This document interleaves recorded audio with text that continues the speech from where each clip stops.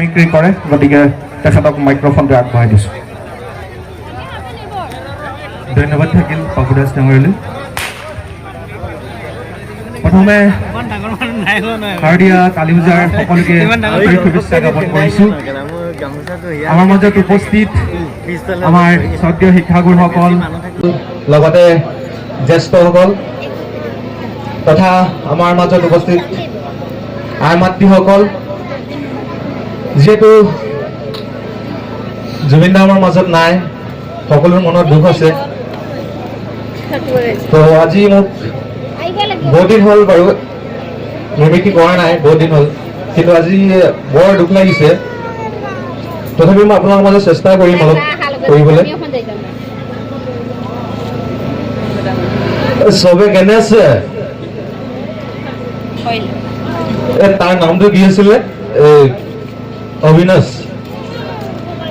বৰ ধুনীয়া গান গায়, একচুৱেলি বৰ জুবিন দাৰ নিচিনা গানটো গাইছে, বৰ ভাল লাগিছে।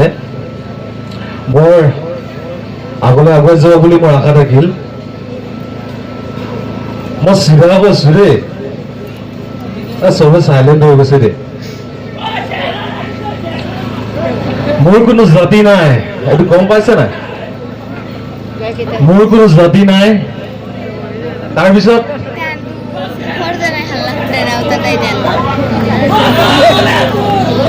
মোৰ কোনো জাতি নাই, মোৰ কোনো ভগৱান নাই, মই মুক্ত, মই কাঞ্চনজংঘা।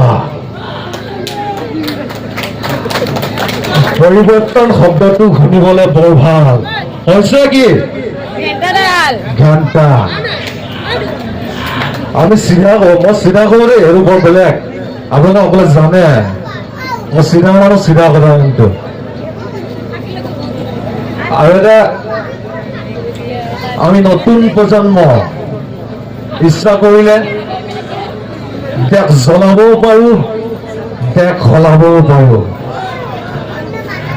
গতিকে আমি একচুৱেলি জুবিন দাৰ ন্যায়টো হ'ব লাগে, আমি চবে বিচাৰো, বৰ জলদিকে হ'ব লাগে। এইটো কেনেকে হ'ল, জাষ্টিছটো কৰিব লাগে। তাৰপিছত একচুৱেলি বৰ দুখ লাগিছে মোক। আজি মই অলপতে আপোনালোকৰ মাজত সামৰণি মাৰিম বাৰু। সকলোকে ধন্যবাদ জ্ঞাপন কৰিছো। মই অলপ মিমিক্ৰি কৰা নহয়।